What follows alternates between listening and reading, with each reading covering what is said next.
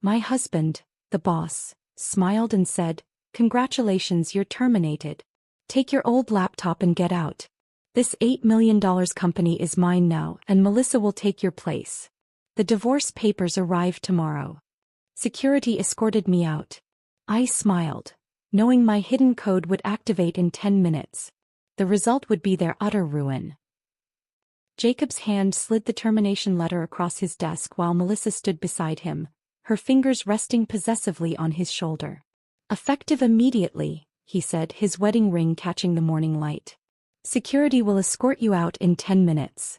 I stared at the man I'd spent 8 years building a company with, the man who'd promised to love me forever, and felt my phone vibrate in my pocket. The timer I'd set 6 months ago had just gone off. 10 minutes. That's all they had left before their world came crashing down. But I'm getting ahead of myself. Let me tell you how we got here. 3 years ago, Jacob and I sat cross-legged on the floor of our cramped Seattle apartment, surrounded by empty pizza boxes and half-drunk cups of coffee. The rain tapped against our window as we sketched out what would become next core solutions on the backs of grocery receipts and old envelopes. My fingers flew across my laptop keyboard, writing code while Jacob paced behind me, throwing out ideas faster than I could implement them. "What if we could predict security breaches before they happen?" he'd said, his eyes bright with excitement. "Not just react to them but actually see them coming?" I remember looking up at him, my glasses sliding down my nose. "I can build that," I told him. "Give me 3 months and I'll create something nobody's ever seen before." He'd kissed me then, right there among the chaos of our makeshift office. "This is why I love you, Brenda. You make the impossible possible." Those early days were magic. We'd work 18-hour days, surviving on convenience store sandwiches and pure determination. Jacob handled the business side, finding investors, sweet-talking potential clients, managing the books. I lived in the code, building our platform line by line, function by function. We were perfectly balanced, or so I thought. Our wedding happened right in the middle of launching our first major product. I wore a simple white dress I'd bought online for $200, and we got married at the courthouse on a Tuesday afternoon because we couldn't afford to take a whole weekend off. Jacob held my hands at the altar and made promises that went beyond the traditional vows. "We're partners in everything," he'd whispered just for me to hear. 50-50 in business and in life. Your dreams are my dreams." I believed every word. The company grew faster than either of us expected. Within 18 months, we'd moved from our apartment to a real office space. Nothing fancy, just a converted warehouse with exposed pipes and concrete floors. We hired our first employees, signed our first $1 million contract, and suddenly Next Core Solutions was more than just a dream. It was real and it was ours. At least I thought it was ours. The changes started small. So small I didn't notice them at first. During our Monday morning meetings, Jacob began interrupting me when I explained technical updates to our team. "What Brenda means is," he'd say, then proceed to explain my own work back to me in simpler terms. When I confronted him about it later, he'd laugh it off. "I'm just trying to help, honey. You know how you get lost in the technical details sometimes." Then came the client presentations.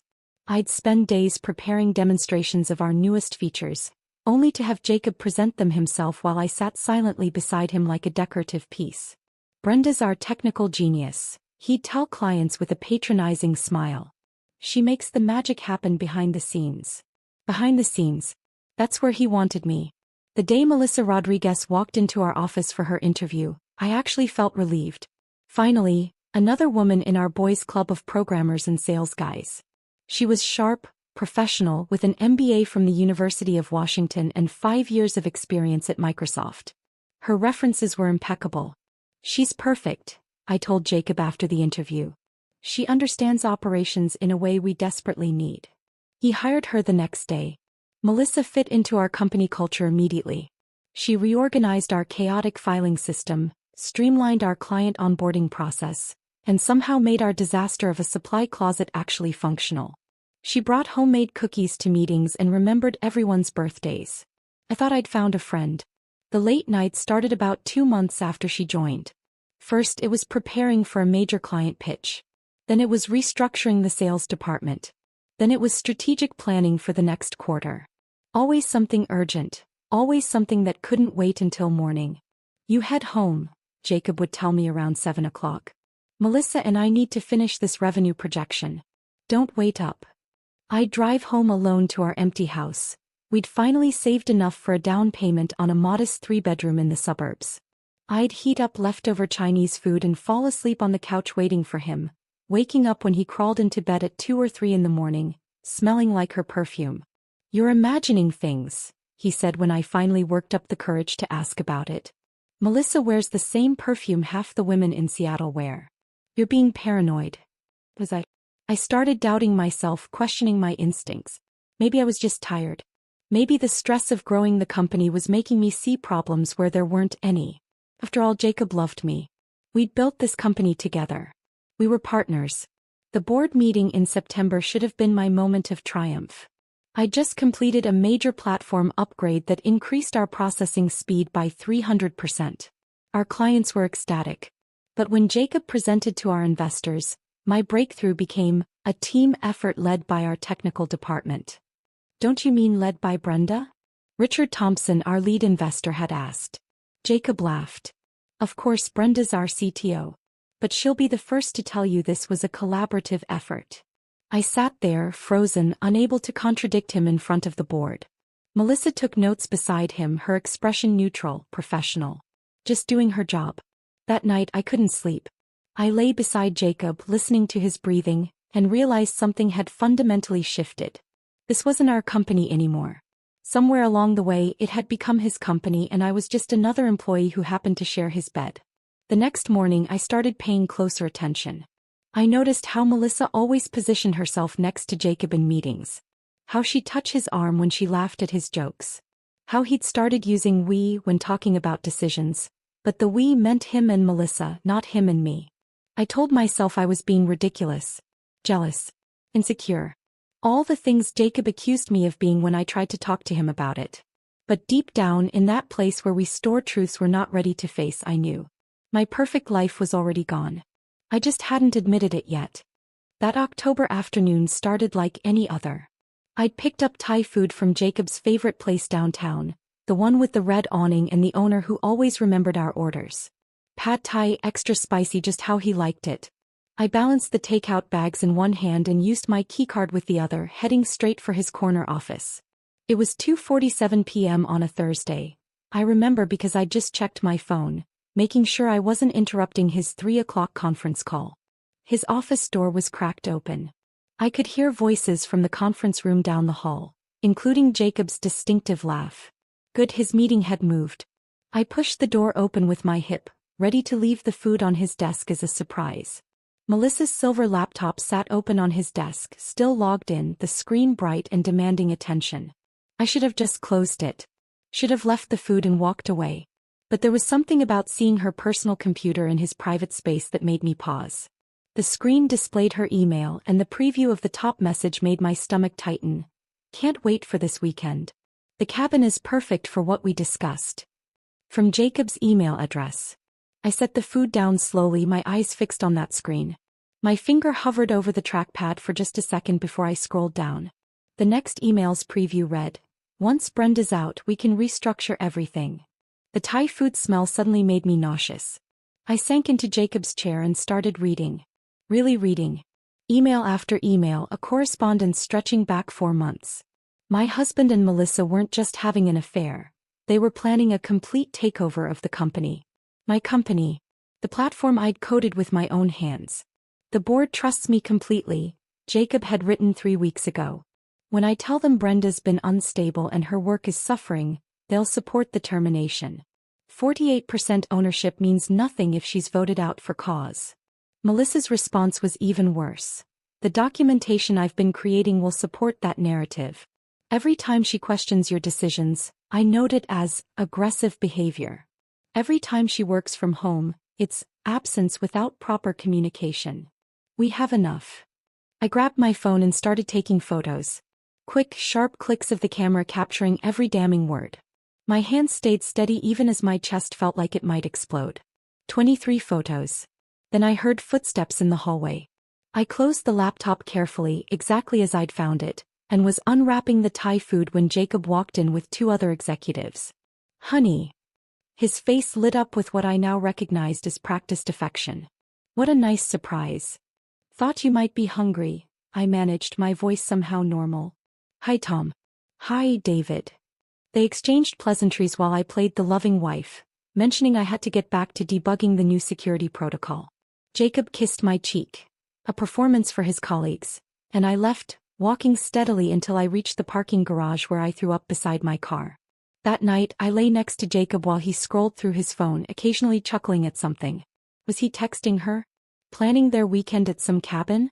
I studied his profile in the blue light of his screen, this stranger wearing my husband's face. Everything okay?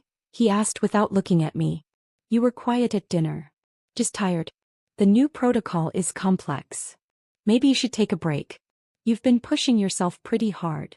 There was the groundwork for my instability. I made a non-committal sound and turned away, my mind racing. They were planning to force me out, but when? How much time did I have?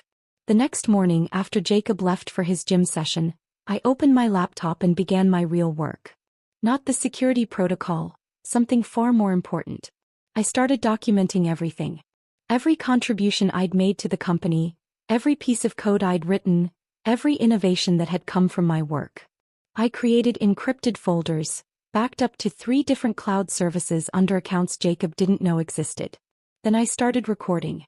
I bought a tiny voice recorder from a spy shop downtown, paying cash while wearing sunglasses like some character in a bad movie. But it worked. I recorded meetings where Jacob presented my ideas as his own. I recorded him telling potential investors that I was just the technical support, while he was the visionary. The hardest part was continuing to sleep next to him. Continuing to kiss him goodbye in the mornings. Continuing to pretend I didn't know he was destroying everything we'd built together while planning a future with another woman. Some nights, I'd lie awake until 3 or 4 in the morning, writing code on my laptop while he snored beside me. But this wasn't vengeful code. Not yet. This was protection. I embedded tracking protocols into every major system I'd built, invisible markers that would prove the code was mine. I created backup doors into the platform, not to harm it but to ensure I could prove my authorship if needed. Each line was carefully crafted to be completely undetectable during normal operations. You're working too much, Jacob said one morning, finding me asleep at my desk at home. Maybe we should talk about reducing your responsibilities. Another brick in their wall. I started seeing Dr. Patricia Reeves, a therapist in Tacoma, far enough away that I wouldn't run into anyone from work. I paid cash, gave a fake last name and poured out my story to a stranger who handed me tissues and told me I wasn't crazy. Gaslighting, she said during our 3rd session. What you're describing is textbook emotional manipulation. But what if I'm wrong? What if I'm just being paranoid? She looked at me over her glasses. You have photographic evidence of their affair and conspiracy. That's not paranoia. That's pattern recognition. November turned into December. The company holiday party was torture. Watching Jacob and Melissa carefully maintain professional distance while their eyes found each other across the room. I wore my best dress and smiled until my face hurt, playing the devoted wife and dedicated C. Brenda's the heart of our technical team, Jacob told everyone during his toast. Past tense, I noticed. Not is creating or is building. Just the heart, something that could be replaced. 2 weeks before Christmas, I heard them on a conference call they didn't know I was part of. I dialed in early to a board meeting and they were using the line, thinking they were alone. After the new year, Jacob was saying. We'll do it in January. Clean start. The divorce papers? Melissa asked. Same day. Rip the Band-Aid off. By February you'll officially be COO, and we can stop sneaking around. I muted my line and listened to them plan my professional and personal execution, taking notes in my encrypted journal. January. I had less than a month to prepare. That night I worked until dawn, not on company code but on my insurance policy. Every system I'd built for NextCore had a heartbeat, a rhythm I knew better than anyone. I didn't create destruction. I created vulnerability. Small gaps that would only matter if someone knew exactly where to look. The kind of gaps that hackers dream about finding. I wasn't going to use them. Not directly. But if Jacob wanted to take everything from me, he should know that everything included the knowledge of how to protect what I'd built. Without me, those vulnerabilities would be like leaving windows open in a hurricane. Come to bed, Jacob called from the bedroom at 4 a.m. 5 more minutes, I replied, typing the last line of code that would serve as my insurance policy. He was snoring when I finally crawled into bed, my laptop warm from hours of work. I looked at his sleeping face and felt nothing but resolve. They thought they were so smart, documenting my instability and planning their takeover. They had no idea what I was capable of when cornered. I closed my eyes and started counting down the days until January. Until the charade would end. Until they would learn exactly who they'd underestimated. The January countdown had begun, but my mind kept circling back to earlier moments. Red flags I'd dismissed, explained away, or simply refused to see. Now, with the truth burning in my chest, every memory took on a different shade. The first board meeting I wasn't invited to happened in early August. I'd been preparing my quarterly technical presentation for weeks, creating visualizations that would help our investors understand the breakthrough we'd achieved in predictive analytics. That morning, Jacob stopped by my office with coffee and a sympathetic smile. "Change of plans for today's board meeting," he said, setting the cup on my desk. "Richard Thompson wants to focus purely on financials and market expansion. Pretty dry stuff. No need for you to sit through 3 hours of number crunching." "But I always present the technical updates," I said, confused. Richard specifically asked about our algorithm improvements last quarter. Jacob's jaw tightened for just a second. "I'll handle it. You know how these investors get. Sometimes too much technical detail makes them nervous about things they don't understand. Better to keep it high level." I spent that afternoon in my office watching the clock, feeling strangely untethered. When Jacob returned, he was vague about the discussions. "Went great," was all he said. "They're very pleased with our direction." 2 weeks later, I ran into Richard Thompson at a coffee shop downtown. His discomfort was immediate and obvious. "Brenda, how are you feeling?" he asked, with the kind of careful tone people use around someone fragile. "I'm fine. Why wouldn't I be?" He shifted his weight, glancing around like he was looking for an escape route. "Jacob mentioned you've been under a lot of pressure. Taking some time to recalibrate." Recalibrate. The word tasted bitter. "Richard, I've never been more focused. Did Jacob show you the predictive analytics breakthrough? He mentioned you've been working on something." His voice was cautious, diplomatic. "But he's concerned about your intensity around it. Sometimes brilliance and burnout can look very similar." I wanted to scream. Instead, I smiled and excused myself, leaving my untouched latte on the counter. The financial discrepancies started small. A consulting fee here, a software license there.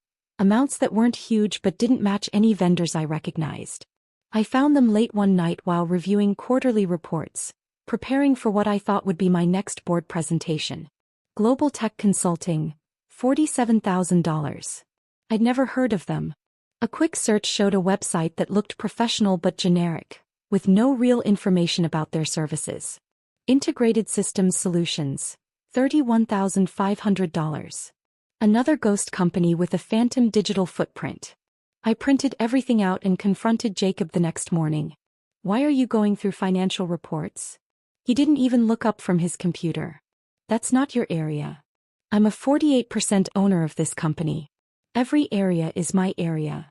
He sighed, the sound of a patient parent dealing with a difficult child. "These are standard business expenses. Consultants I've brought in to help with expansion strategy. Do you want to micromanage everything, or do you want to focus on what you do best? I want transparency about where our money is going." "Our money." He finally looked at me, his eyes cold. "Interesting. When it's the code, it's your platform. When it's the finances, suddenly it's our money." The conversation spiraled into an argument that ended with him storming out. That evening, Melissa stayed late to mediate, sitting in our conference room with her perfect posture and concerned expression. "He's just stressed," she told me. "You both are. Maybe if you focused on your technical responsibilities and let him handle the business side, things would be smoother." Looking back, I can see how carefully orchestrated it all was. The restructuring proposal came in September, presented as a necessary evolution for our growing company. Jacob had prepared a PowerPoint presentation, complete with organizational charts that showed him at the top as CEO, with me underneath as CTO reporting directly to him. "It's just formalizing what we already have," he explained to our senior staff. "I handle business, Brenda handles technology. This makes it clearer for investors and clients. But we're co-founders, I said, my voice steady despite the rage building inside me. Equal partners. Of course we are. This doesn't change that. It's just about operational efficiency. Tom from sales nodded along. David from marketing seemed to think it made sense. Even my own development team stayed quiet. I realized then that the groundwork had been laid long before this meeting. Everyone had already been convinced this was reasonable, necessary, maybe even overdue. Melissa had been taking notes, naturally. I think what Jacob's proposing makes a lot of sense, she offered as if her opinion had been solicited.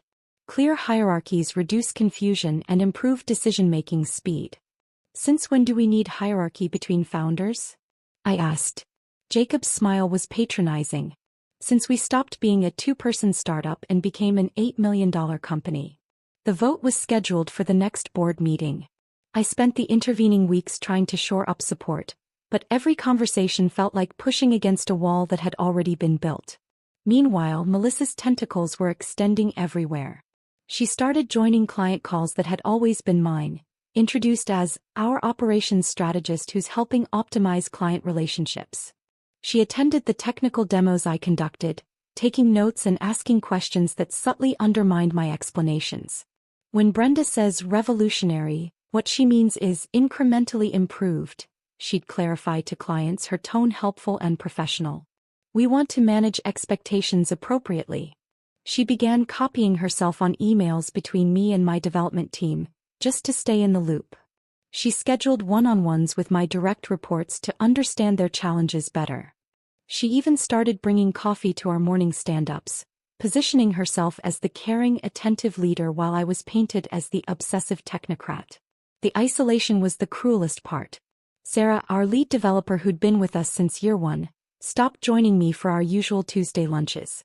Just really swamped, she'd say, avoiding eye contact. Marcus, our database architect, used to bounce ideas off me constantly.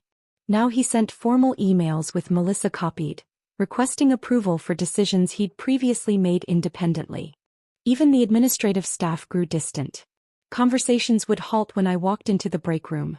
The easy camaraderie we'd built over 3 years evaporated like morning mist. One afternoon in November, I overheard a conversation between two junior developers who didn't know I was in the supply closet looking for printer paper. Is it true she had a breakdown in the parking garage? One asked. That's what I heard. Jacob's been really patient with her, but it must be affecting the company. Melissa said we need to be supportive but maintain professional boundaries. Yeah, she's been great about helping us navigate the situation. The situation. That's what I'd become. Not the co-founder who'd built the platform they worked on every day, but a problem to be managed. I sat in that supply closet for 20 minutes, surrounded by boxes of paper and toner cartridges, understanding finally how completely I'd been outmaneuvered. Every single person in the company had been given a narrative about me, and I'd been too buried in my work, too trusting of my husband to see it happening. That night I watched Jacob at dinner, cutting his steak with precise movements, checking his phone between bites. He'd gained weight recently, too many client dinners, he said. But now I wondered if they were really client dinners or something else entirely. The team seems distant lately, I ventured. Maybe you're projecting, he replied without looking up. Have you been taking those walks Dr. Reeves recommended? My blood froze. I'd never told him about Dr. Reeves. What? He glanced up, his expression neutral. You mentioned a therapist-recommended exercise. For stress. Had I? I couldn't remember. Maybe I had. The gaslighting was so effective that I questioned even my own memories. Right? I said, returning to my meal. The final board meeting I attended was in December. I wasn't presenting, Jacob had made that clear. But as a major shareholder I couldn't be excluded entirely. I sat at the far end of the conference table, watching him present my work as collaborative team efforts, while Melissa provided supporting documentation for every claim. Richard Thompson and the other investors barely looked at me. When I tried to add context to a technical question, Jacob smoothly interrupted. Brenda's absolutely right, and that's exactly what our documentation shows. He made my expertise sound like an echo of his own understanding. I left that meeting knowing my professional assassination was complete. In 2 months, I'd gone from co-founder and technical visionary to unstable liability. And the worst part? Everyone believed it because the story had been told so carefully, so gradually, that it seemed like natural truth rather than constructed fiction. That night, as Jacob slept beside me, I opened my laptop one more time. The code I'd been writing wasn't just insurance anymore. It was justice waiting to be served. The code flowed across my screen like digital poetry, each line more elegant than the last. 3 days before everything ended, at 2:14 a.m. on a Monday, I watched our platform do something nobody thought possible. It detected an attack pattern that didn't exist yet, a future breach predicted and prevented before the hackers even launched their assault. Pacific Financial Group, our second biggest client, never knew how close they came to disaster. Our algorithm identified 17 separate vulnerability points being probed by what looked like innocent traffic. But the pattern, the beautiful, terrifying pattern, showed a coordinated attack scheduled to hit in exactly 6 hours. I called their head of security directly from my home office, waking him up. "Tom, you need to get your team online now. You're about to be hit with a coordinated breach attempt targeting your wire transfer protocols." "Brenda? It's 2 in the morning. What are you talking about?" "Check your servers. Specifically the Singapore and London nodes. You'll see probe traffic that looks routine, but it's not. They're testing response times for a synchronized attack at 8:24 a.m. Eastern." The silence on the other end stretched out. Then I heard rapid typing. "Jesus Christ. We're seeing it now. This is huge." I walked him through the countermeasures, my fingers flying across the keyboard as I helped his team shore up their defenses in real time. By 5 a.m. we'd turned their system into a fortress. When the attack came at 8:24, exactly as predicted, it bounced off like rain against steel. The call came at 9 a.m. Paul Harrison, Pacific Financial CEO, was nearly shouting with excitement. "Brenda, do you understand what you just did? You saved us from what could have been $100 million loss. Maybe more. This is revolutionary." "The platform did what it was designed to do," I said, exhausted but exhilarated. "This is why NextCore exists. We need to set up a call with Jacob and the team. This deserves recognition. Hell, this deserves a press release." My stomach sank. Of course. Jacob will coordinate everything. The client call was scheduled for that afternoon. I prepared a detailed presentation showing exactly how our algorithm had detected the future attack pattern, the predictive modeling that made it possible, and the implications for cybersecurity globally. This was Nobel Prize-level innovation, and it had come from my mind, my code, my sleepless nights. Jacob reviewed my presentation an hour before the call. "This is a bit technical," he said, frowning at my slides. "Let me simplify it for the client." I watched him delete slide after slide of my work, replacing them with vague buzzwords and corporate speak. My groundbreaking algorithm became our proprietary threat matrix. The predictive modeling became advanced analytics. 3 years of innovation reduced to marketing fluff. When the call began, Jacob positioned himself in front of the camera while I sat slightly off to the side, barely in frame. "Paul, we're thrilled that NextCore's platform protected Pacific Financial," Jacob began, his voice smooth and confident. "This is exactly the kind of result we've been working toward as a team." "Incredible work," Paul responded. "Brenda, that call at 2 a.m., you sounded like you were watching the future." Jacob jumped in before I could respond. "That's the beauty of our system. It allows our entire team to monitor and respond to threats proactively. Brenda was simply the one on call last night. Oh, I hadn't slept in 36 hours perfecting the algorithm. There was no on-call schedule. This was my life's work. Actually, I started, but Jacob smoothly interrupted. What Brenda's too modest to say is that this is a collaborative effort. While she handles the technical implementation, our entire team contributes to the platform's success. Melissa, our head of operations, has been instrumental in creating the protocols that made this rapid response possible. Melissa appeared on screen from her home office, nodding graciously. "Thank you, Jacob. It's really about having the right systems in place to support our technical team's brilliant work." Support? She didn't even understand how the algorithm functioned. The call continued for another 20 minutes, with Jacob masterfully redirecting every bit of credit away from me while appearing to praise my contribution. By the end, Paul Harrison probably thought I was just a coding technician following orders from visionary leadership. After the call ended, I sat in our empty conference room staring at the blank screen. My greatest professional achievement had just been stolen in real time, and I'd been powerless to stop it. That evening, I made my final preparations.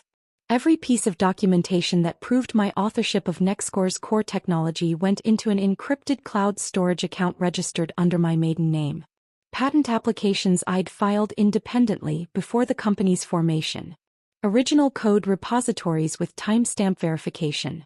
Email chains from the early days when Jacob freely admitted he couldn't understand my technical explanations. I also made copies of something else, the real financial records. Not the sanitized versions Jacob showed the board, but the raw data showing where money actually went. Global Tech Consulting, I'd discovered, was registered to an address that happened to be Melissa's cousin's apartment. Integrated Systems Solutions traced back to a shell company in Delaware with no actual employees. They weren't just planning to steal my company. They'd already been embezzling from it. Wednesday morning, I met with Sandra Whitfield, a divorce attorney recommended by my therapist. Her office was in Bellevue, far enough from Seattle's tech corridor that I wouldn't run into anyone I knew. Sandra was in her 60s, with sharp eyes that had seen every type of marital betrayal imaginable. Washington is a community property state, she explained after reviewing my documentation. Normally, that would mean a 50-50 split of assets acquired during marriage. But your husband has been very clever. The company structure shows you as a technical contractor who was granted equity, not a co-founder. Your name isn't on any of the incorporation documents. That's impossible. We founded it together. She showed me the paperwork. My signature was there, but the documents had been altered, digitally modified to change my status from co-founder to early employee. The timestamp showed they'd been updated just 2 months ago. He's been planning this for a while, Sandra said gently. The good news is if we can prove fraud, everything changes. But that's a long, expensive fight. How expensive? More than you'll have access to once he freezes the joint accounts, which he will do the moment you're served. I wrote her a check from my personal account, one Jacob didn't know about, where I'd been slowly accumulating money from small consulting jobs. Start building the case, I told her. I'll handle the rest. That last night, Jacob suggested dinner at home instead of going out. I want to cook for you, he said, and for a moment he looked like the man I'd fallen in love with. The one who'd stayed up all night with me debugging code, who'd celebrated every small victory with genuine joy. He made pasta carbonara, my favorite, and opened a bottle of wine we'd been saving for a special occasion. We sat at our dining room table, the one we'd bought at a garage sale our first year together, and refinished ourselves. Remember when we could barely afford ramen? He said, raising his glass. Look how far we've come. We've built something amazing, I agreed, clinking my glass against his. He reached across the table and took my hand. I know things have been tense lately. The company's growth, the stress. It's been hard on both of us. But I want you to know, Brenda, you're the most brilliant person I've ever met. Past tense? No, I was imagining it. After this next quarter, let's take a vacation, he continued. Somewhere tropical. Just us. That sounds perfect, I lied, watching him lie to me. We did the dishes together like we used to. He washed, I dried. Our movements were synchronized from years of practice. When we were done, he pulled me close and kissed me, and for just a moment I let myself feel the loss of what we'd had. I love you, he whispered. I know, I said, because I couldn't say it back. Not anymore. That night, as Jacob slept peacefully beside me, I lay awake running through my mental checklist. The code was in place. The documentation was secured. The lawyer was retained. Everything was ready.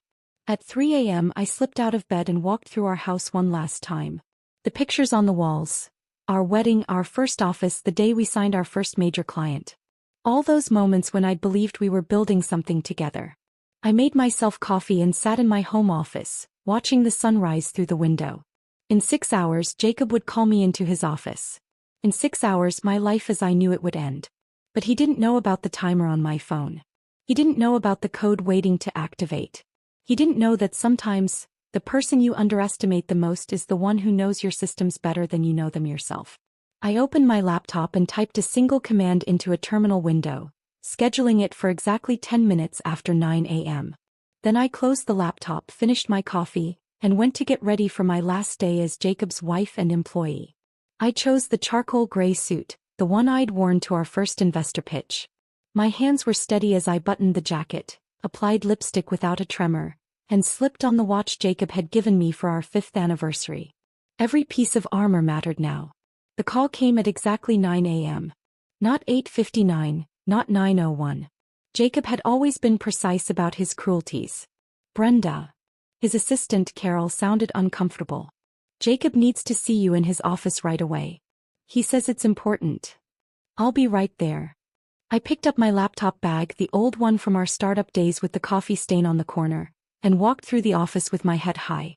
Developers looked up from their screens as I passed. Did they know? Had word already spread through the carefully constructed gossip network? The elevator ride to the executive floor felt both endless and too quick. Each floor that passed was another second closer to the performance Jacob had orchestrated. When the doors opened, I saw Carol avoiding eye contact, suddenly very interested in her computer screen. Go right in, she mumbled. They're waiting. They. Plural. I turned the handle of the door we'd installed together, the one with the slight squeak Jacob had always meant to fix.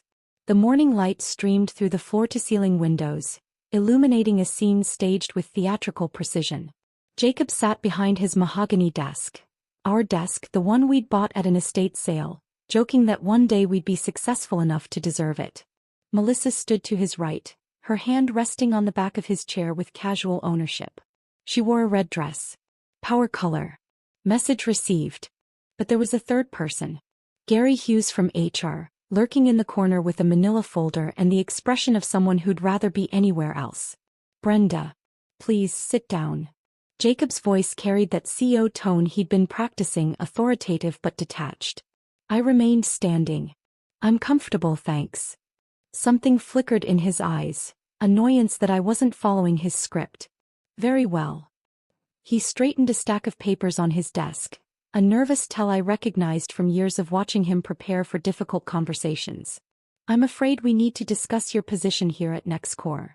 My position as co-founder and CTO? Melissa shifted slightly. Gary clutched his folder tighter. Your position as an employee, Jacob corrected, his tone sharp. And I'm afraid that position is being terminated, effective immediately. The words hung in the air between us. I counted 3 heartbeats before responding. On what grounds? Performance issues, failure to collaborate with leadership, and creating a hostile work environment. He picked up a document, pretending to read from it. There have been multiple complaints about your erratic behavior and inability to work within the new organizational structure. Complaints from whom? That's confidential, Melissa interjected, her first words since I'd entered. But I can assure you they've been thoroughly documented. I looked at her, really looked at her. The woman I'd welcomed, mentored, invited to our home for dinners. She met my gaze without flinching. How long? I asked her directly. I'm sorry. How long have you been sleeping with my husband? Gary made a strangled sound. Jacob's face flushed. That's exactly the kind of baseless accusation that exemplifies your recent behavior, Jacob said coldly. You're paranoid, Brenda. You see conspiracies where there are none. So Melissa's hand on your shoulder is professional? The trips to the cabin? The late-night strategy sessions? You're embarrassing yourself, he said, but I caught the quick glance he shot at Gary. No, you're embarrassing yourself. But please, continue with your little show. His jaw clenched. This wasn't going according to plan. I was supposed to be emotional, hysterical, giving them more ammunition for their narrative. Instead, I stood perfectly still, my phone recording everything from my jacket pocket. The decision has been made, he said, sliding a packet across the desk. Your termination is effective immediately.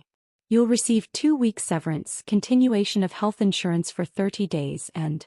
He paused, that cruel smile finally breaking through. You can keep your old laptop. The one from the early days. Call it sentimental value. The laptop. My 2019 MacBook Pro that contained every original line of code, every algorithm, every innovation that built this company. He thought he was being magnanimous, throwing scraps to the woman he'd destroyed. He had no idea he was handing me a loaded weapon. That's generous, I said flatly. We think so, Melissa chimed in. Considering the circumstances. The circumstances being that you're stealing my company? Nobody's stealing anything, Jacob said, his voice taking on an edge of warning.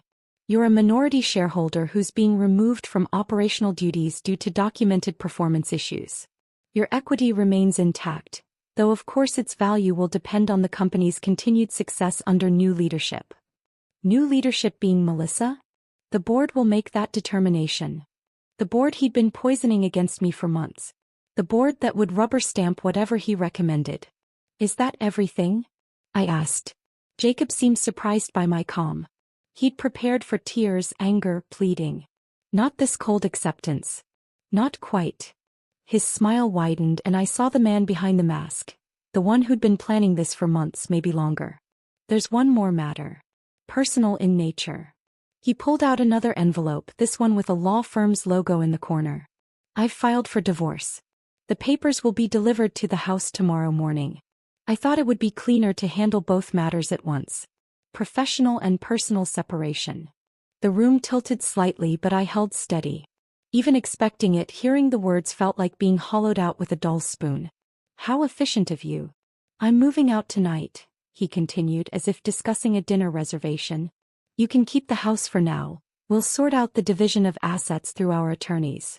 Our attorneys. Already separate. Already divided. Anything else? My voice sounded strange, distant, like it was coming from someone else.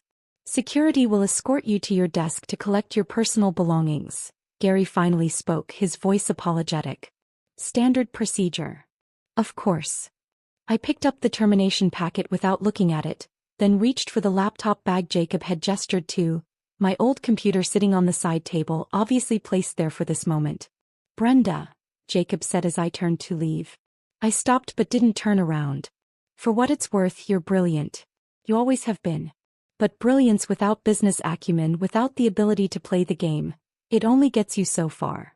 I did turn then, meeting his eyes one last time. You're right, Jacob. I never learned to play the game. I was too busy building the company you're about to destroy. His smirk faltered slightly. Melissa's hand moved to his shoulder again, a gesture of support or possession. Security is waiting outside, Gary said quietly.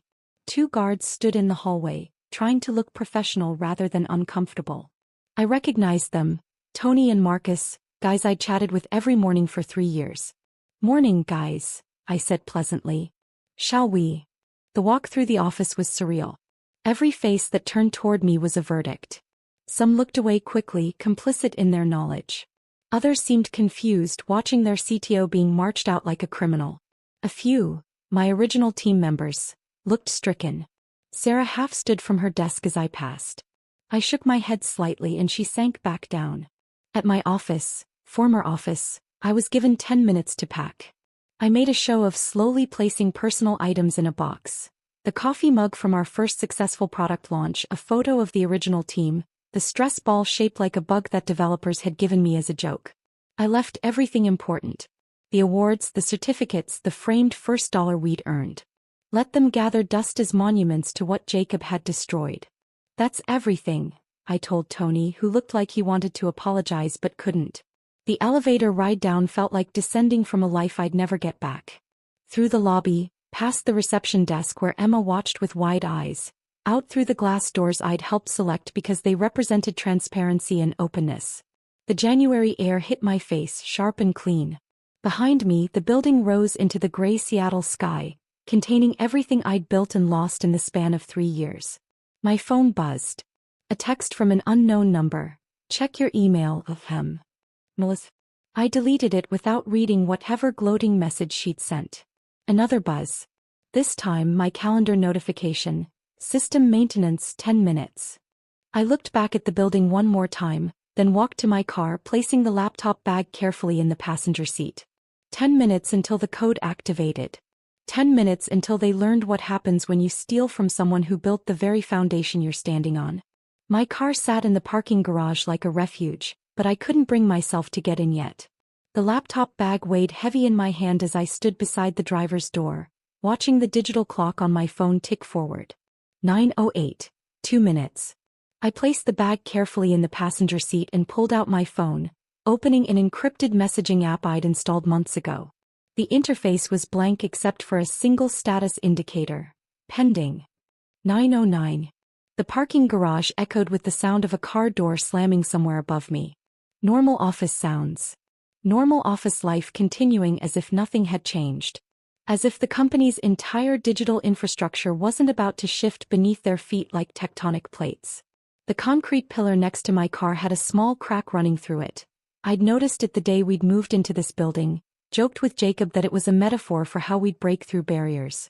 Now it looked like a fault line ready to split wide open. 9:10. My phone vibrated once. The status indicator changed from pending to active. Then, a cascade of automated messages began flooding a hidden partition on my device. Firewall rules modified, port 443. Authentication timeout adjusted 30 seconds. Log rotation accelerated 2-minute intervals. Backup verification disabled. System monitoring delays implemented. Each message represented a tiny adjustment, individually meaningless, collectively devastating. Like loosening bolts on a bridge 1/4 turn at a time, the structure would hold until the exact moment it wouldn't. I finally got into my car but didn't start the engine. Instead, I drove up the garage ramps slowly, windows down, listening. By the time I reached street level, I could already hear it, the subtle shift in the building's rhythm. A few more people than usual were visible through the ground floor windows, walking with purpose that bordered on urgency. The rain had started while I was inside, that particular Seattle drizzle that couldn't decide if it wanted to be mist or actual precipitation. I pulled into a loading zone across the street, hazard lights blinking, and got out. The rain felt good on my face, washing away the sterile office air, the smell of Jacob's cologne, the suffocating weight of manufactured corporate dignity. I stood on the sidewalk, tilting my face up to the gray sky, and for the first time in months I felt free. No more pretending to be asleep when Jacob crept into bed at 3 a.m. No more forcing smiles in meetings while my work was stolen. No more swallowing my voice to maintain a peace that was already shattered. My phone buzzed again. Another status update. External probe detected, source Moscow. Right on schedule. The vulnerabilities I'd created were like blood in the water, and the sharks were already circling. But they weren't random hackers. They were professionals who monitored for exactly these kinds of openings. A cybersecurity company suddenly showing weakness was like a bank leaving its vault door ajar. Through the rain-streaked air, I could see more clearly now. The lobby, usually calm with its minimalist furniture and gentle water feature, was becoming animated. The security guard who'd been reading a newspaper was now on his phone, gesturing urgently. The receptionist was typing frantically, probably fielding calls from clients whose systems were showing anomalies. 9:14. A group of developers rushed past the windows, heading toward the elevator banks. I recognized 2 of them from my former team. They were practically running. My phone showed why. Database response time increased 400%, cascading delays initiated. The code wasn't destroying anything, not directly. It was simply making the system work against itself. Every security check now took 4 times as long, which made the next process wait, which created a bottleneck, which triggered more security checks. An elegant spiral of dysfunction. 3 people burst out of the building's main entrance, phones pressed to their ears. One was Gary from HR, his folder forgotten, looking like someone had just told him the building was on fire. In a way it was. No. I heard him saying into his phone. The entire client portal is down. They can't access anything. The client portal, the crown jewel of our service, where Fortune 500 companies monitored their security in real time. If that was down, phone lines would be lighting up like Christmas trees. 9:16. More people were visible through the windows now, moving between floors with increasing speed. Someone dropped a stack of papers near the window and nobody stopped to help pick them up. The careful corporate choreography was breaking down. My phone showed a new development. Beijing probe detected. London probe detected. Sao Paulo probe detected. The international hacker community had noticed. Nextcore, the company that promised to predict and prevent cyber attacks, was suddenly broadcasting its own vulnerability to anyone with the skills to look. It was like watching a shepherd realize his guard dogs had turned into sheep. A taxi pulled up beside me, the driver rolling down his window. "You okay, miss? You're getting soaked." "I'm perfect," I told him and meant it. He shook his head and drove off, probably thinking I was crazy. Maybe I was. Standing in the rain, watching my ex-husband's empire begin to crumble, feeling nothing but calm satisfaction. Sanity was relative. 9:18. The lobby was chaos now. I could see Jacob himself, having descended from his executive floor throne, standing near the reception desk and gesturing wildly. His perfect CEO composure was cracking. Melissa was beside him, her red power dress looking less powerful now, more like a target. Someone actually ran, across the lobby with a laptop under their arm. The elevators were constantly in motion, lights indicating every floor as teams scrambled to respond to a threat they couldn't understand. My phone provided running commentary. SSL certificate validation failing intermittently. Memory leak in authentication service expanding. Moscow probe successful, admin credentials harvested. That last one made me smile. Some Russian hacker was probably doing a victory dance right now, having breached the famous NextCore within minutes of detecting weakness. The credentials they'd stolen were real but limited, enough to cause panic, not enough for serious damage. I wasn't cruel, just precise. 9:20. The rain had intensified, but I didn't move. Through the water streaming down my face, I watched two security guards rush out of the building and look around wildly, as if the threat might be standing right there on the sidewalk. Their eyes passed over me without recognition, just another pedestrian caught in the rain. Behind them, visible through the glass doors, someone had brought out a whiteboard into the lobby. They were trying to coordinate their response visually since the digital systems were becoming unreliable. It was almost quaint, like watching someone try to stop a flood with paper towels. Jacob was on his phone now, pacing back and forth. Even from across the street, I could see the tension in his shoulders, the way he kept running his hand through his hair. His tell when things were spiraling beyond his control. How many times had I seen that gesture during our startup days? Except back then I'd been the one who fixed whatever was broken. 9:22.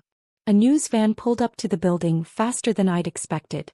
Someone inside must have tipped them off. A cybersecurity company under active attack was the kind of tech story that got immediate attention.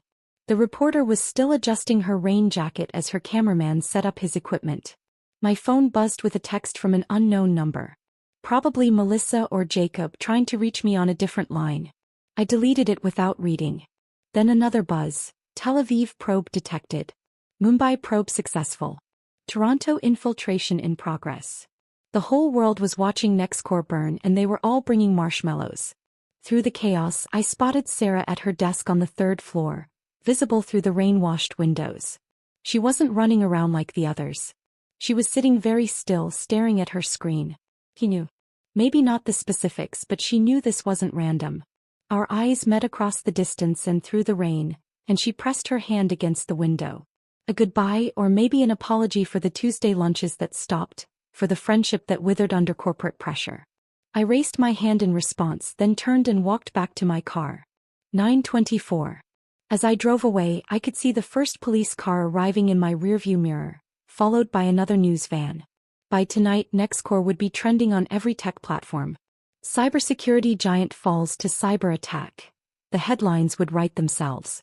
The rain drummed against my windshield as I merged into traffic, leaving the chaos behind. My phone continued buzzing with status updates, each one confirming that the code was working exactly as designed. Not destroying, just revealing.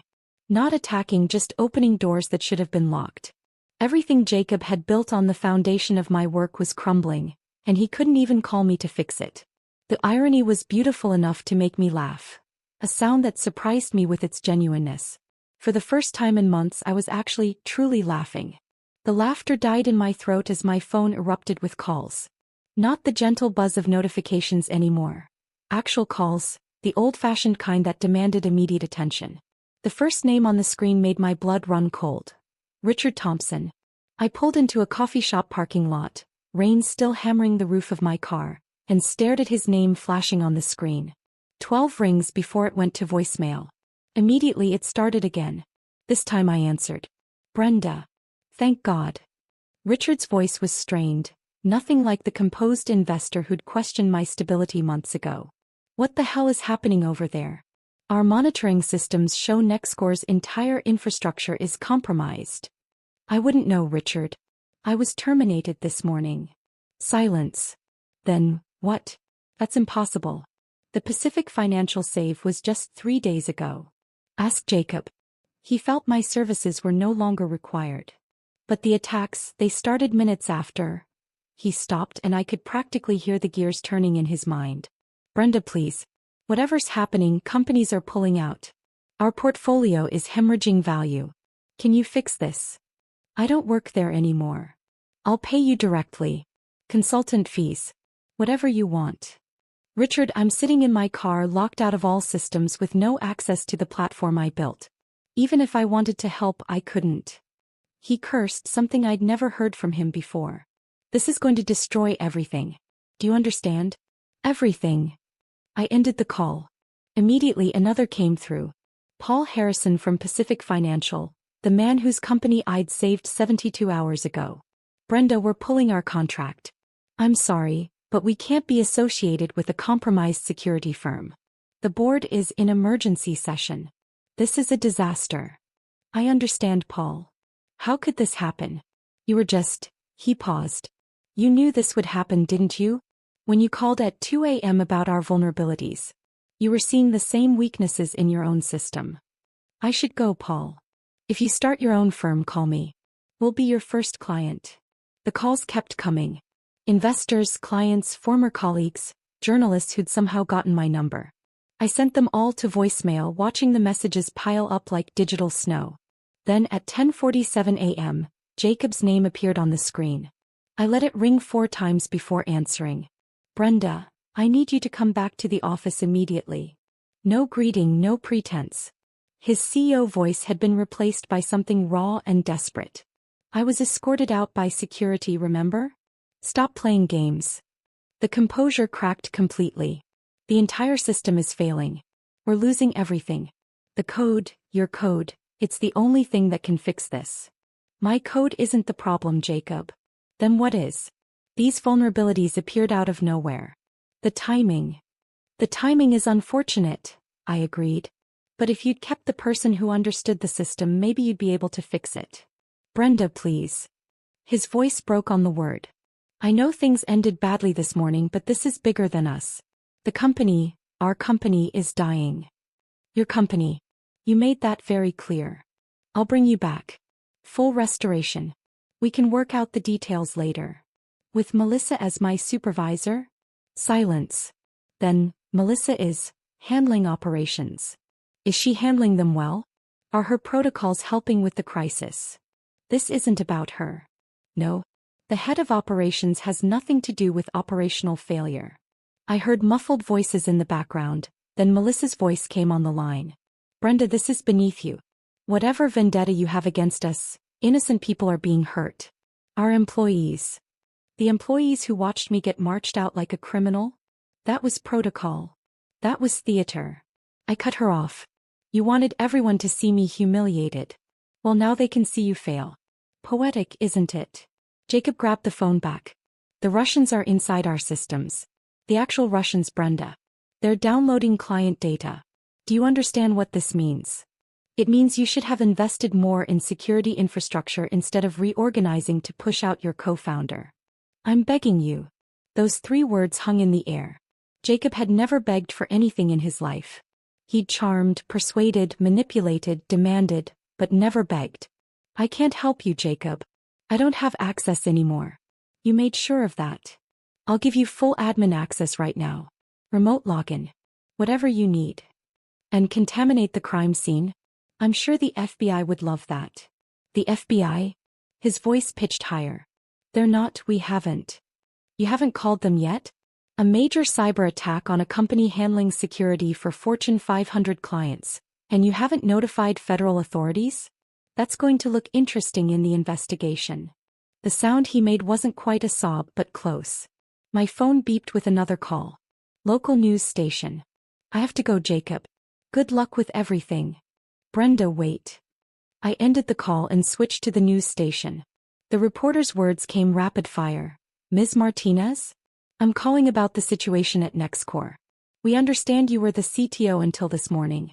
Can you comment on the timing of your departure and the current attack?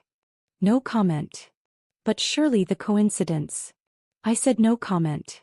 I turned my phone to silent and drove home through streets that felt different somehow. Lighter. The rain had stopped, leaving everything clean and gleaming. My house, soon to be just my house once the divorce went through, sat quiet and welcoming. Inside I made myself tea and opened my personal laptop, the one Jacob never knew about. The news was already everywhere. Breaking. NextCore Solutions suffers major cyber attack. Cybersecurity firm breached by international hackers. Clients flee as NextCore fails to protect itself. The tech blogs were having a field day. Someone had leaked internal communications showing the chaos. Screenshots of error messages, photos of the whiteboard in the lobby, even a video of Jacob shouting at someone in the parking garage.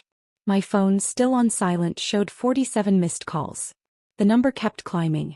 I opened my encrypted partition and watched the real-time feeds. The vulnerabilities were being exploited from 17 different countries now. Each attacker thought they were the clever one who'd found a weakness, not realizing they were all walking through doors I'd strategically left open. The client exodus was swift and brutal. Pacific Financial's departure triggered a domino effect. If NextCore couldn't protect itself, how could it protect anyone else? By noon, 70% of their major contracts had termination clauses invoked. The investor situation was even worse. Richard Thompson didn't just pull funding. He issued a public statement distancing his firm from NextCore's fundamental security failures. Other investors followed suit, each statement another nail in the coffin. At 1 p.m. the FBI announcement came through. Federal authorities are investigating a significant breach at Seattle-based cybersecurity firm NextCore Solutions. Companies using NextCore services are advised to implement immediate alternative security measures. That was the kill shot. No company could survive the FBI essentially telling clients to abandon ship. I pulled up NextCore's stock tracker. They'd gone public just 6 months ago, another of Jacob's grand plans. The stock had opened at $47. It was now at $12 and falling. My phone lit up with a text from Sarah. He's crying in the server room. Actually crying. Melissa locked herself in her office. Everyone's updating their resumes. Another from a number I didn't recognize. This is Tom from security. I'm sorry about this morning. We all knew it was wrong. Jacob's getting what he deserves. At 2:30, the news broke that China's state media was running stories about American cybersecurity incompetence, using NextCore as Exhibit A. The international humiliation was complete. I closed my laptop and made another cup of tea. Outside, the sun was trying to break through the clouds, casting everything in that peculiar Seattle light that made the wet streets look like silver. My phone showed 132 missed calls now. I scrolled through them. Investors, clients, media, numbers I didn't recognize. And there, recurring like a desperate heartbeat, Jacob. Each unanswered call was a small victory, a tiny reversal of every time he'd dismissed me, talked over me, stolen credit for my work. He'd wanted to erase me from the company's story. Instead, my absence was the story. The local evening news led with NextCore.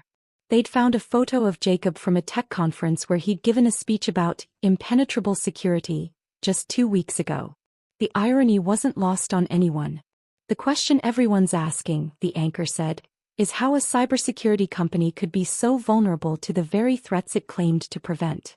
Former employees, speaking on condition of anonymity, report that the company's co-founder and technical architect was terminated just minutes before the attack began.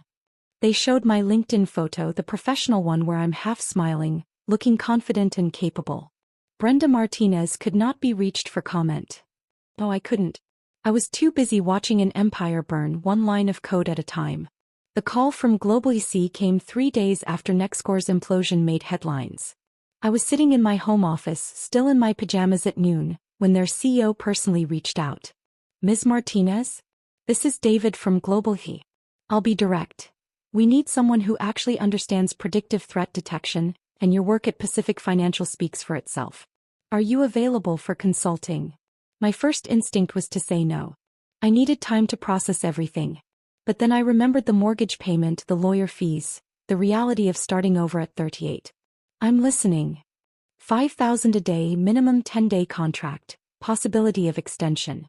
We need our systems audited yesterday. I nearly dropped my coffee. That was more than I'd made in a month at Nextcore. When do you need me? Can you start tomorrow? That's how my freelance career began. Not with careful planning but with desperate companies suddenly realizing their cybersecurity might have holes only I could see. Word spread quickly in Seattle's tech community. The woman who'd saved Pacific Financial was available, and everyone wanted to ensure they weren't the next Nextcore. My second client called while I was still working on global SEC's audit. Then a third. Within 2 weeks, I had more work than I could handle and was turning down contracts. The bitter irony wasn't lost on me. Jacob had tried to erase my professional existence, but instead he'd made me legendary. The mysterious CTO who'd left just before the catastrophe, the only one who could have prevented it. I set up a proper home office in what used to be Jacob's study. Removed his pretentious leather-bound books he'd never read, his awards for business excellence that now seemed like jokes. Replaced them with multiple monitors, a proper server setup, and a coffee machine that could sustain me through 18-hour days. The industry publications became my guilty pleasure. Every morning with my first cup of coffee, I'd read the latest updates on Nextcore's collapse. Nextcore loses 3 more major clients. Inside the chaos, former employees described toxic leadership. From 8 million to nothing. A cautionary tale. TechCrunch ran a particularly devastating piece featuring anonymous interviews with former employees. Someone, I suspected Sarah, had detailed how Jacob had systematically undermined his co-founder before the attack. The comment section was brutal. Classic case of ego over expertise, one commenter wrote. You don't fire your technical architect and expect to survive in cybersecurity. The Seattle Times business section featured a timeline of Nextcore's downfall, complete with a graph showing the stock price plummeting. They'd managed to get a photo of Jacob leaving the office, and he looked like he'd aged 10 years in 2 months. Gray stubble, wrinkled shirt, the hollow eyes of someone who hadn't slept properly in weeks. 6 weeks after the attack, Melissa's departure made the news. Not a grand announcement, just a small item in the tech gossip section. Head of Operations Melissa Rodriguez exits Nextcore amid ongoing crisis. Sarah texted me that night, you should have seen it. Jacob called her incompetent in front of everyone. Said her operational excellence had failed to prevent the breach. She threw her company laptop at him. Security had to separate them. I felt a twist of something, not sympathy exactly but recognition. Melissa had thought she was special, that she was different from me. Now she was learning what it felt like to be discarded when things got difficult. Her LinkedIn profile disappeared entirely 2 days later. When someone tried to hire her at a startup, a simple Google search brought up dozens of articles linking her to Nextcore's failure.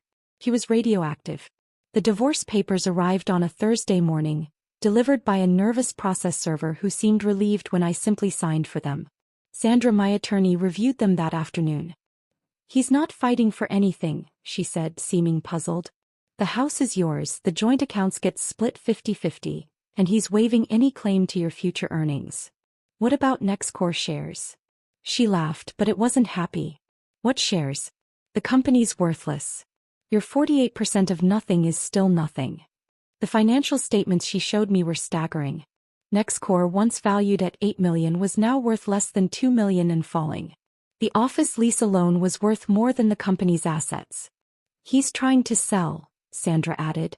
Word is he's shopping it around for pennies on the dollar, but no one's biting. Who wants a cybersecurity company known for being catastrophically hacked? Jacob tried calling me once during the divorce proceedings. I answered because Sandra advised me to document any contact. Brenda. His voice was flat, exhausted. I'm not calling about the company. Then why are you calling? I wanted to apologize. I said nothing, letting the silence stretch. I know what I did was wrong. The way I treated you, the way I ended things. I got caught up in the growth, the success, the image of being this powerful CEO. Melissa made me feel like I could be someone more important than I was. And now I'm nobody. The board forced me to step down as CEO. I'm a figurehead with a worthless title and worthless shares in a worthless company. You're looking for sympathy? No. I'm looking for, I don't know, closure? Forgiveness. I can't give you either of those things, Jacob. I know. I just wanted you to know that I understand now. What I threw away. What I destroyed. You were the soul of the company and I cut it out. Yes, I said simply. You did. The line went quiet except for his breathing. The code, he said finally. The vulnerabilities. They were too perfect, too targeted. Are you accusing me of something? No. I'm saying I understand. And if I were in your position I probably would have done the same thing. Or worse. I have to go, Jacob. Yeah. Take care, Brenda. That was the last time we spoke directly. The divorce was finalized a month later. I kept my maiden name on all the paperwork. Martinez, not his surname that I'd never legally taken anyway despite his assumptions. Meanwhile, Nextcore continued its death spiral. Employees jumped ship daily. The Seattle office, once bustling with 60 people, was down to 15. They'd already shut down the Portland satellite office and were trying to sublease the Seattle space. The final nail came when the FBI investigation concluded. While they found no evidence of internal sabotage, my code was far too elegant for that. They did find evidence of financial irregularities. Those phantom companies Jacob and Melissa had been paying? The FBI was very interested in those. Richard Thompson called me one last time as Nextcore entered its final days. We're writing it off as a complete loss, he said. $8 million gone. My partners want to know how I could have been so blind. You saw what Jacob wanted you to see. No, I saw what I wanted to see. A charismatic male CEO with a beautiful girlfriend and a convenient technical partner who did the real work. It's the oldest story in tech and I fell for it. What happens now? Bankruptcy. The assets will be sold off. The platform you built will probably be bought by someone who understands its value. Pennies on the dollar. And Jacob? Unemployable in tech. Between the failure and the FBI investigation, he's done. Last I heard, he was moving back to Ohio to live with his parents. Ohio. Where he'd started, where he'd sworn he'd never return.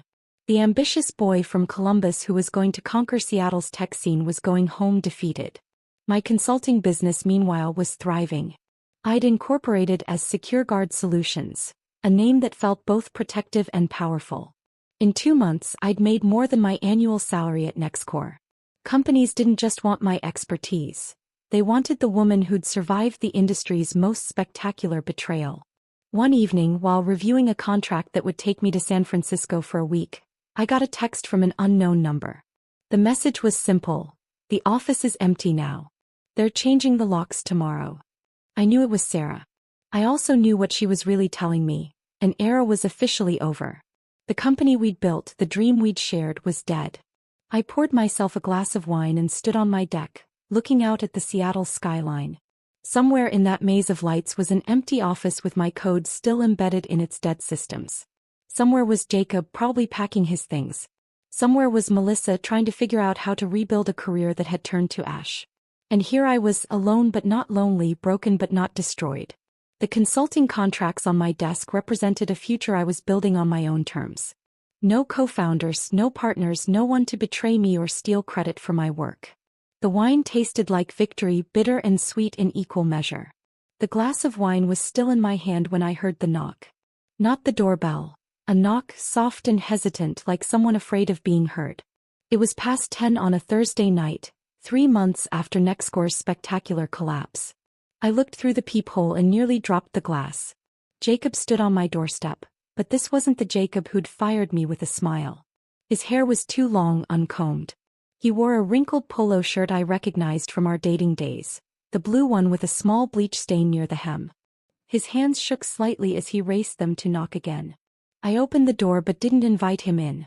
"Hello, Jacob." He looked up and I saw defeat written in every line of his face. Dark circles made his eyes look sunken. He'd lost weight, at least 15 pounds, and his wedding ring was gone, leaving a pale band of skin on his finger. "Can we talk?" His voice cracked on the second word. "We have lawyers for that. Not about the divorce. About Nextcore. What's left of it." I leaned against the doorframe, studying him. "Why would I care about Nextcore?" "Because I'm here to beg." The words fell out of him like stones. "The company is dying, Brenda. I've got 2 weeks of operating capital left. Maybe 3 if I don't pay myself, which I haven't been anyway. That's not my problem." "I know. God, I know. But I need you to hear me out. Please. 5 minutes. Maybe it was curiosity. Maybe it was the satisfaction of seeing him broken.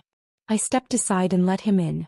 He stood awkwardly in the living room looking at the space that used to be ours. I'd redecorated, removed every trace of our life together, painted the walls a warm terracotta instead of his preferred gray, replaced his modern furniture with comfortable pieces that actually felt like home. "Sit," I said, gesturing to the couch. He perched on the edge like he might need to run. I stayed standing.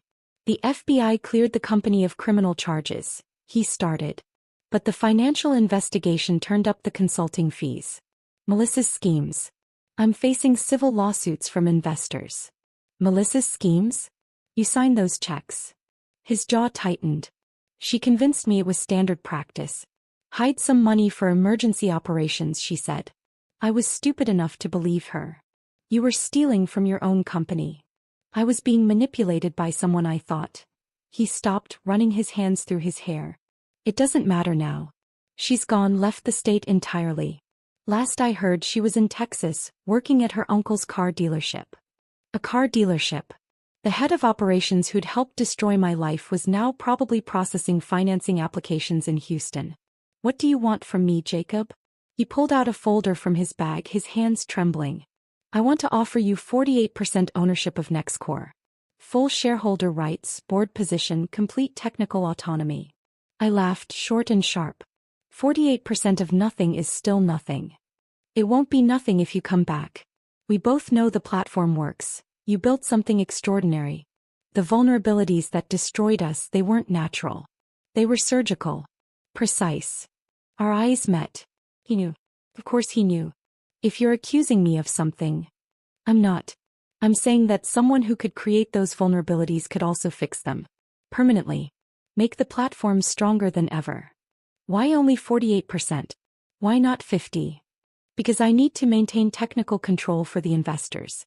But you'd have veto power on any major decision. You'd essentially be equal partner, just like..." He swallowed. "Just like we always should have been." I walked to the window, looking out at the city lights, making him wait. The satisfaction of this moment. Him begging, offering me everything I'd wanted, should have felt better. Instead I felt hollow. "Melissa is gone?" I asked without turning. "Completely. I'll put it in writing. She's banned from any involvement with the company forever. And my technical decisions? Absolute authority. I won't even have access to the core systems if you don't want me to. The employees who remain, do they know you're here?" "The 12 people left. They're the ones who told me to come." Sarah specifically said. He paused. "She said I'd thrown away the best thing that ever happened to the company out of ego and stupidity." Sarah. "Still fighting for me even when I wasn't there. I need complete access to all financial records. Real ones, not the sanitized versions you showed me before." "Done. And I want it in writing that you acknowledge my role as the primary architect of all core technology." "Yes." "And Jacob." I turned to face him. "If you ever try to undermine me again, I walk. And this time I take the platform with me. Legally." His face went pale. "How could you?" "The same way I could create vulnerabilities that looked like random hacker entry points. Don't underestimate me again." He nodded slowly. "I never should have underestimated you in the first place." We spent the next 2 hours going through his proposal. He'd clearly had lawyers prepare it. Everything I asked for was already included, plus provisions I hadn't thought of. Full medical benefits retroactive to my termination. Compensation for the months I'd been gone. Even a clause stating that any future sale of the company required my explicit approval. "When do you need an answer?" I asked when we'd reviewed everything. "Honestly, yesterday. But I know I have no right to push. Take the time you need." He stood to leave, then paused at the door. "Brenda, I know this doesn't fix what I did. The betrayal, the affair, the way I tried to erase you from something you built. I don't expect forgiveness." "Good. Because you won't get it." "I know. But maybe we can build something new. Not as husband and wife, obviously, but as business partners who learned an expensive lesson." After he left, I called Sandra. "He offered you what?" She sounded stunned after I explained. "Brenda, this is unprecedented. You'd have almost equal control." "Is it legally solid?" "I'll review it tomorrow, but from what you're describing, yes. The question is whether you want to go back to that environment. Did I? My consulting business was thriving. I was my own boss, choosing my clients, setting my hours. Why would I return to the place of my humiliation? But then I thought about the platform. My code, my innovation sitting dormant in a dying company. The potential wasted. The problems it could solve if properly managed. I texted Sarah. Jacob came to see me.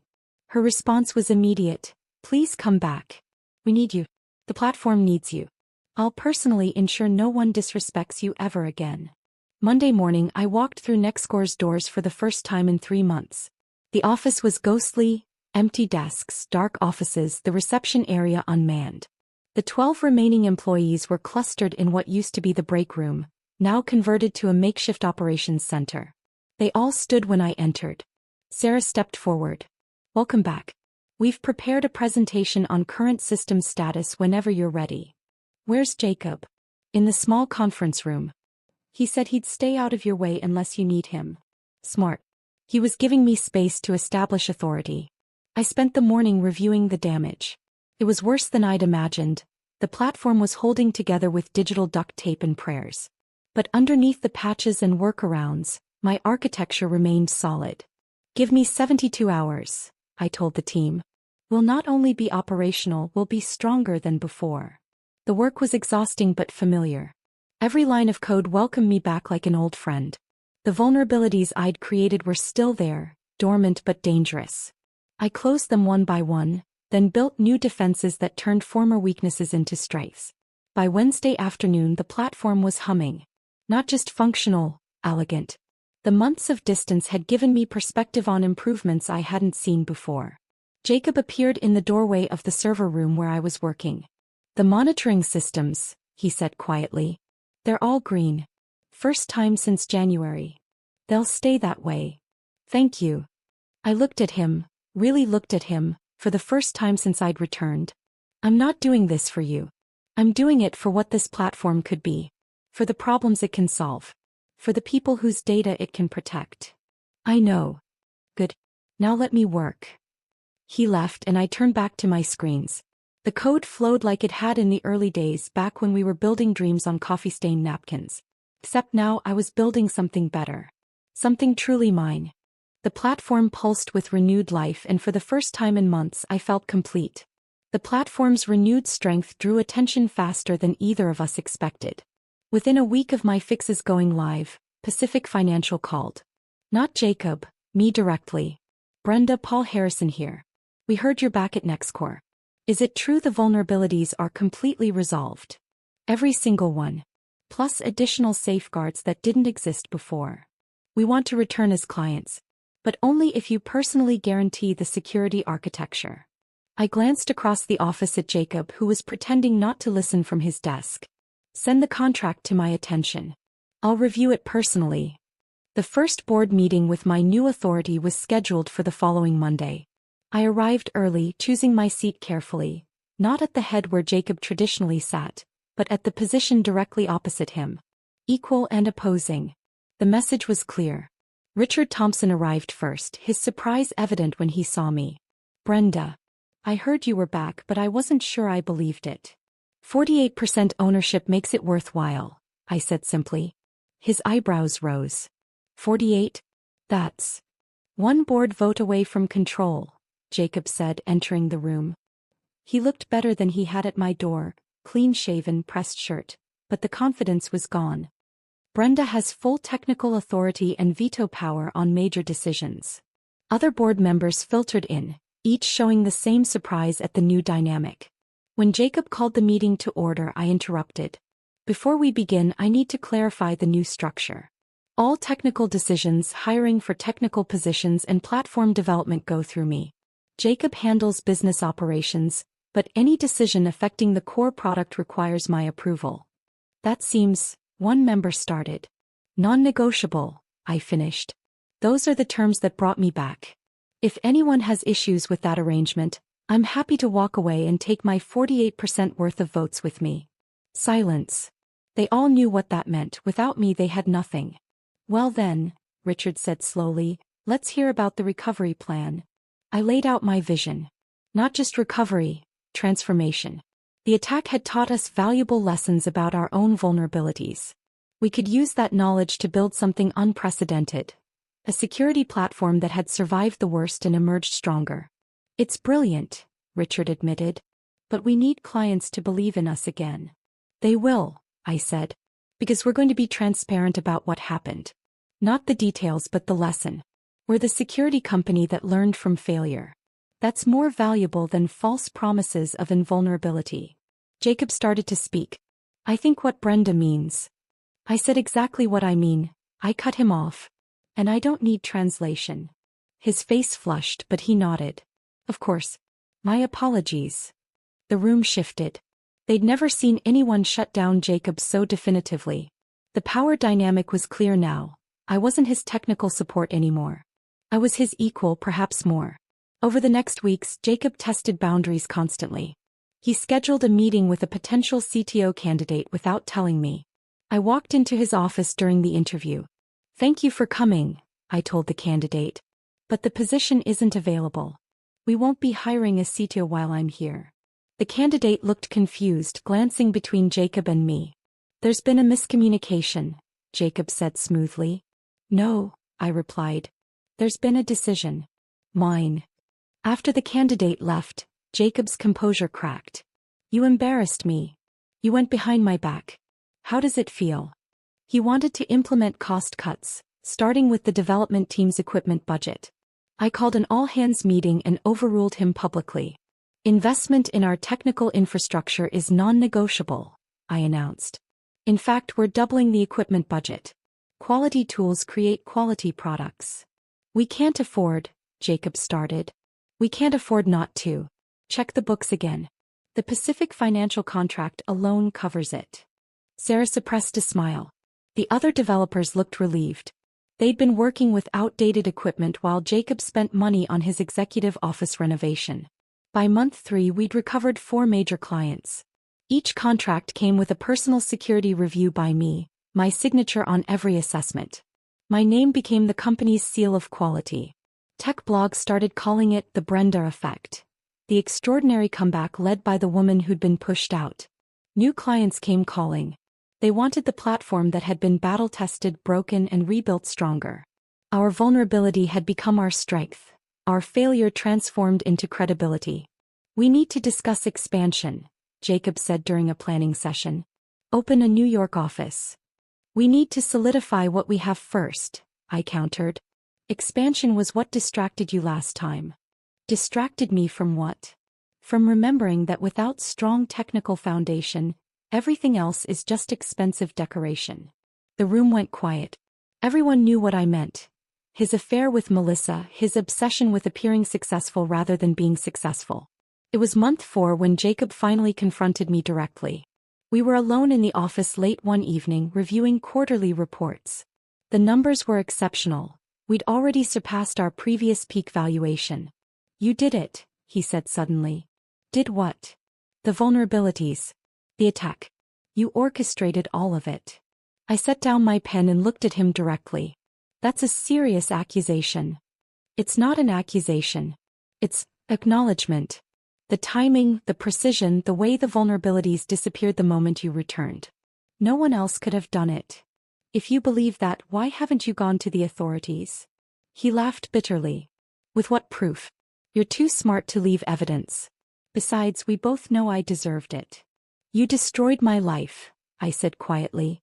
Tried to steal my work, humiliated me, betrayed our marriage and our partnership for someone who abandoned you the moment things got difficult. I know. Do you really understand what it felt like to watch you and Melissa plan my professional execution while I slept next to you every night? To see my life's work credited to others? To be escorted out like a criminal from the company I built? His hands clenched on the desk. I was an idiot. Arrogant, selfish, and stupid. I threw away the best thing in my life for an ego boost and a pretty face who told me what I wanted to hear. Yes, I agreed. You did. We sat in silence for a moment. The platform is worth $12 million now, he said finally. $4 million more than our peak. Your 48% is worth more than the entire company was before. Money was never the point, Jacob. Then what was? Respect. Recognition. The acknowledgement that I was never your supporting player. I was the main architect of everything we built. You are. He met my eyes. And everyone knows it now. 6 months after my return, we held a company celebration. Not in some expensive restaurant, but in the office with the 35 employees we'd grown back to. I stood at the front, not beside Jacob but alone as the technical founder who'd saved the company. Nextcore fell because we forgot what made us strong, I said, looking directly at Jacob. We forgot that technology isn't about appearance or position or politics. It's about building something that works, something that protects, something that matters. The applause was genuine. Sarah started it, but everyone joined in, even Jacob. Later, as we cleaned up, Jacob approached me one last time. For what it's worth, he said, you're the most brilliant person I've ever known. I just wish I'd remembered that before I lost everything that mattered. You didn't lose everything, I reminded him. You still have 52% of a $12 million company. That's not what I meant. I knew what he meant. But that door had closed the moment he'd chosen Melissa over me, position over partnership, ego over love. Good night, Jacob, I said, gathering my things. As I left the office, my office now as much as his, I thought about the timer that had started this all. 10 minutes that changed everything. The code that had brought a giant to its knees and lifted me from the ashes of betrayal. Walking to my car under Seattle's ever-present clouds, I felt the weight of my keys. Heavier now with the additional office keys, server room access, the physical proof of my position. My phone buzzed with a text from a reporter wanting to interview me about the greatest comeback story in tech. I deleted it. The real story was too complex for headlines, too raw for public consumption. It was about more than business or betrayal or revenge. It was about discovering that sometimes the person others underestimate most is exactly who holds all the power. The platform hummed along, secure and strong, protecting data across the globe. My code, my creation, finally acknowledged as mine. And Jacob? He'd learned the hardest lesson of his life. Never underestimate the woman who built your kingdom, because she knows exactly how to bring it down. And more importantly, she's the only one who can build it back up. If this story of brilliant revenge had you on the edge of your seat, hit that like button right now. My favorite part was when Brenda watched her code activate in real time, bringing down the empire Jacob built on her stolen work. What was your favorite moment? Drop it in the comments below. Don't miss more thrilling stories like this. Subscribe and hit that notification bell so you never miss an upload.